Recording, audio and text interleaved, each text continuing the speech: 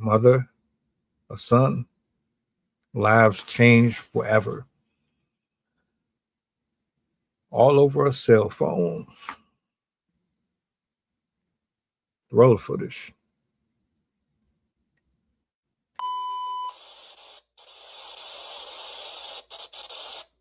And I needed to get to the hospital because he wasn't breathing. I didn't know what happened. That was one of the hardest days of my life. Just seeing my son laying up in there with that tube in his mouth. A neighbor's Ring doorbell camera captured the entire incident. Police say Kyrie and his mother, 38-year-old Anika Connor, became involved in an argument over Kyrie's cell phone. Where is my phone? They say Connor then left her house on Breck Street, got into her car, and began backing out of the driveway when Kyrie ran out of the house and jumped onto the vehicle. The video goes on to show Connor accelerating forward at a high rate of speed and Kyrie falling off the vehicle onto the pavement. It was just a lot. It was a lot of injuries, you know what I'm saying? And after reading over all of them and sitting in the hospital for a month just watching him, I realized he wasn't coming back from none of that stuff. On November 7th, Kyrie was removed from life support and his organs were donated. On Tuesday, Connor was arrested and charged with manslaughter, reckless endangerment, and endangering the welfare of a child. She deserved to be where she at. And that video showed it all. I was at work. My condolences to the family. That's never something easy to look at. This is what I want to say.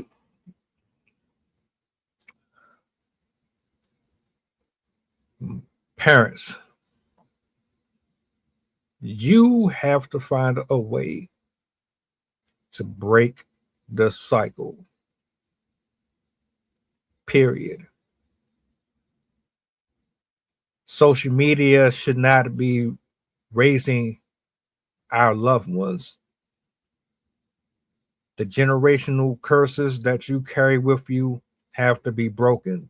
You have to stop the devil from spreading throughout your generations. Y'all know what I see here? I see a young man who is a reflection of his parents. That is a reflection of the content that he consumed. What I see is a little bit of mom and dad in him.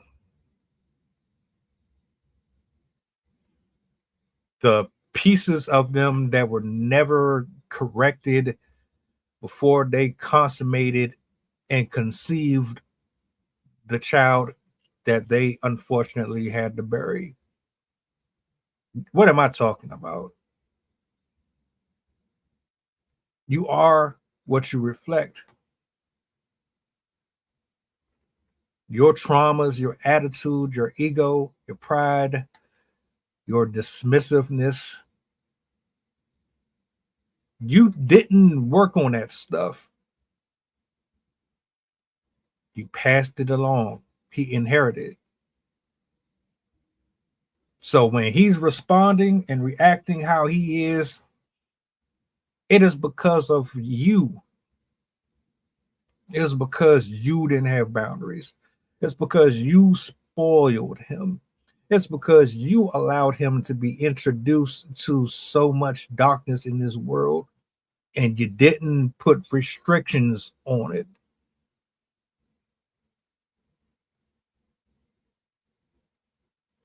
As sad as it is, as messed up as it might sound, you are responsible for that.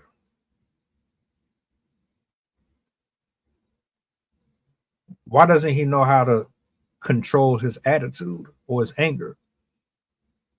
Why does he feel so comfortable leaping onto the vehicle,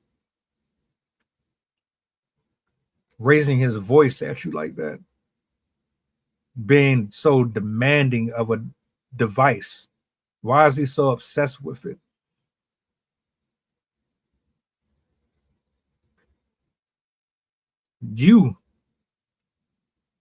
Y'all keep spoiling these kids, giving them everything they want, trying to be their friends, instead of understanding that there should be a balance with these provisions.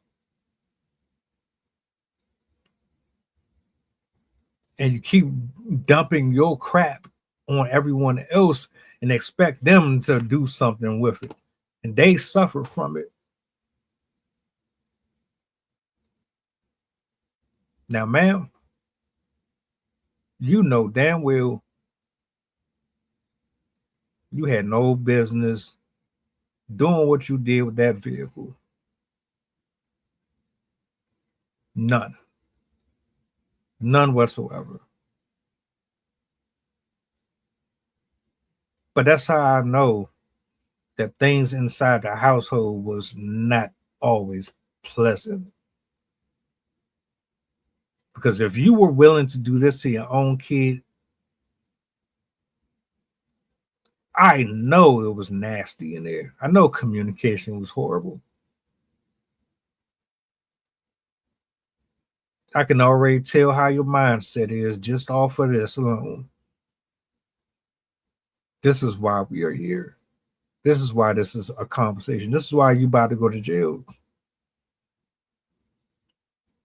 All this could have been prevented if y'all would have done what y'all were supposed to do before y'all decided to procreate.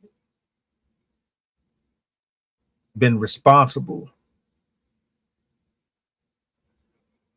Did you think that who you were in your past wasn't going to come back in a foreshadowing through your kid? I think a lot of y'all think that, which is why we have what we have today, sadly. My condolences again. I don't say this in an evil, in a spiteful way. I just think we need to wake up. Period. Something has to give. And you cannot be so lackadaisical with how you bring your children into this world and what you have them around in the house and outside the house. What you watch, what you don't. Like, come on, man.